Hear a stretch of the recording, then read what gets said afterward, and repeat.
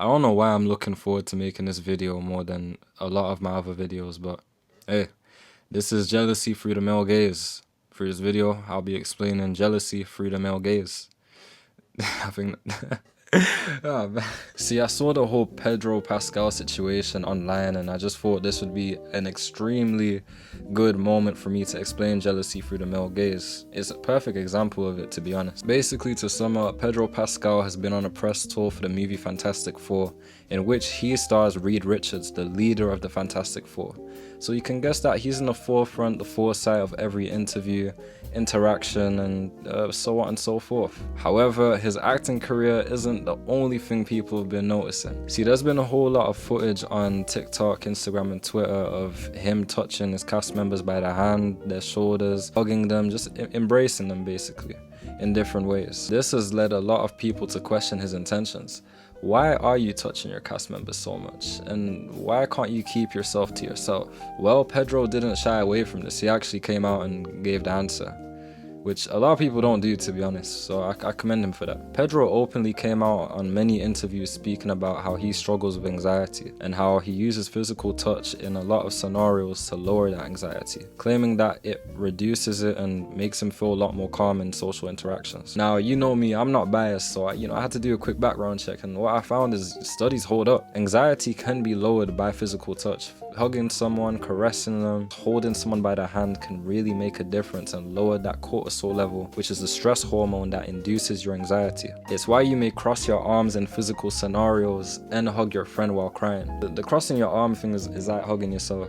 That's how I see it, at least. However, the focus of this video is not about anxiety, but more so to do with how the male community has been reacting to Pedro Pascal talking about his anxiety and being so open about it. How it shows a regressive and contradictory state in our community. A community that is starved by mental health, but won't liberate others for sharing their struggles with mental health. And if you watch to the end of this video, I'm gonna explain how the male gaze plays a big part into this, and more so how jealousy within the male gaze plays a big part into this, because I don't think a lot of people understand it. I think a lot of people walk around feeling like, why is someone looking at me in a certain way, or why am I getting treated poorly, even though I myself know I'm not doing anything wrong. Jealousy within the male gaze. Stay tuned. Now, like I've said, I've seen a lot of people coming at Pedro Pascal saying that he needs to calm down and claiming that he has ill intentions with touching people, claiming that he's even using his anxiety as an excuse to touch his female co-stars in specific.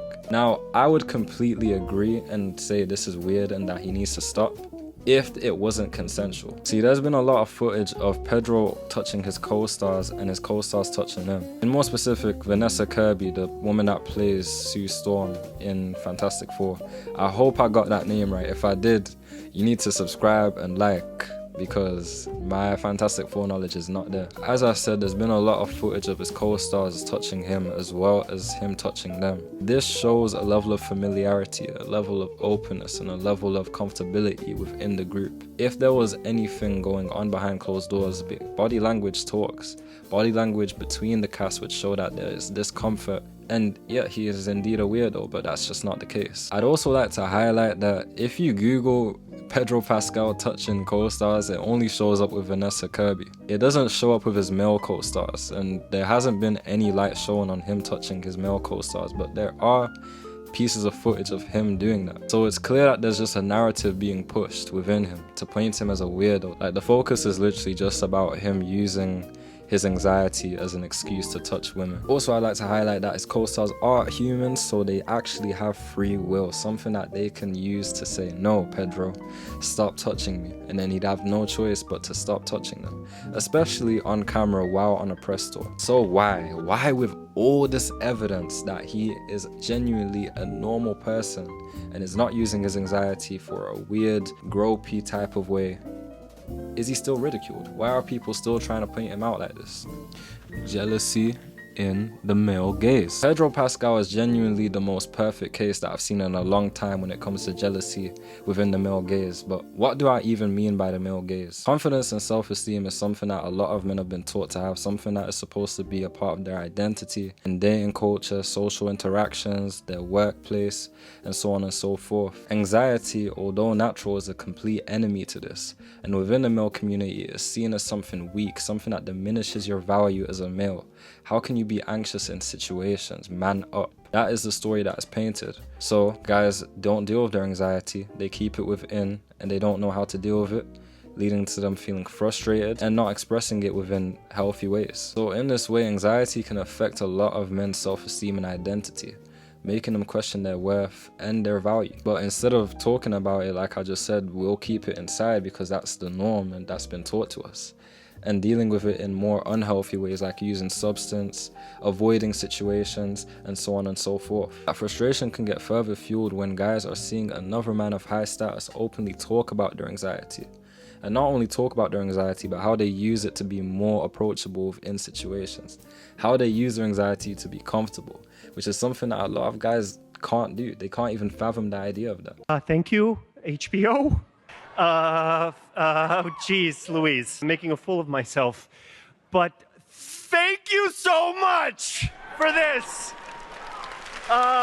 Pedro not only makes a lot of men uncomfortable while doing this, but he makes them question what is anxiety and how they should deal with it. That is the male gaze, that viewpoint of guys seeing another man deal with something that they're insecure about in a more healthy way than them, and questioning why they can do that. Well, how come he can do that but I can't? Jealousy part comes in because of that. Instead of actually taking that visual representation as motivation, men will see it as a catalyst to form hatred, and that's where the allegations come from. Pedro also being a fairly handsome man that grooms himself.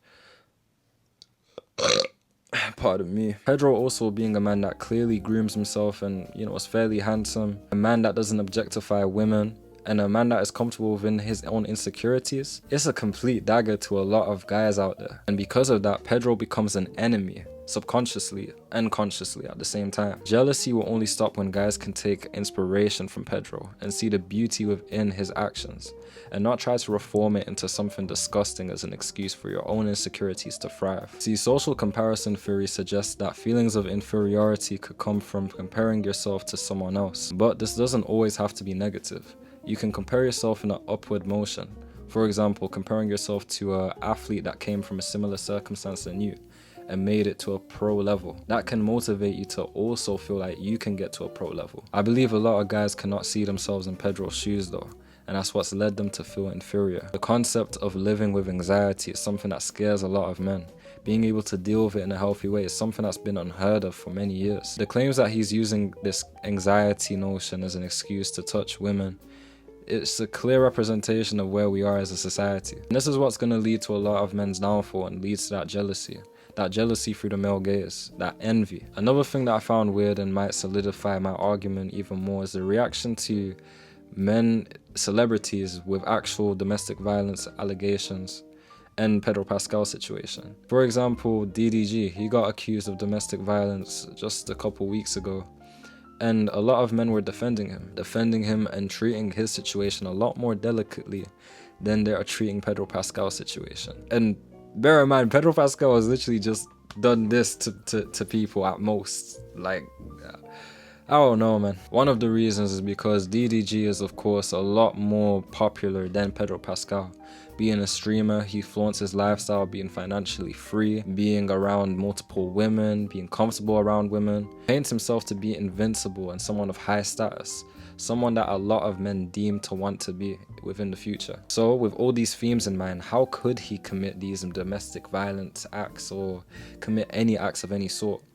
Not saying that Pedro Pascal isn't financially free and has status, but obviously his life isn't as televised as DDG. Those themes being attached to a lot of people's minds, and also the unfamiliarity towards Pedro Pascal, is what creates this bias that Pedro Pascal is a weirdo and people like DDG are not. Or at least leads them to defend people like DDG. That unfamiliarity is also what enables people to be so quick to have that jealousy towards Pedro Pascal. I believe if you was a fan of Pedro Pascal before this, then you would, be the one defending him and understanding where he's coming from. Understanding that he's just a cool, natural guy. The thing is, I'm not even saying it from a biased standpoint. I didn't even know who Pedro Pascal was until this whole situation. But I did my digging and I found that he's had a pretty solid career. I'm thankful that he's in a lot more spotlight because I know he had a rough patch at the start of his career. And yeah, man, he's pretty much in everything now. You can't really escape him. Maybe that's why he's a lot of men's worst nightmare. You can't escape him. Every time you see him now, you're going to be reminded about how he can deal with his anxiety in such a healthy, cool way. And you can't. It's crazy. It's actually crazy. He's inevitable. But yeah, this was Jealousy Through the Male Gaze. Let me know if you liked this video. And let me know if you want me to make more videos like this. Let me know just your thoughts, really and truly. Like, comment, and as always, it's Men's TV back with 900 thoughts from the dome to your phone or television, iPad, whatever. I'm out.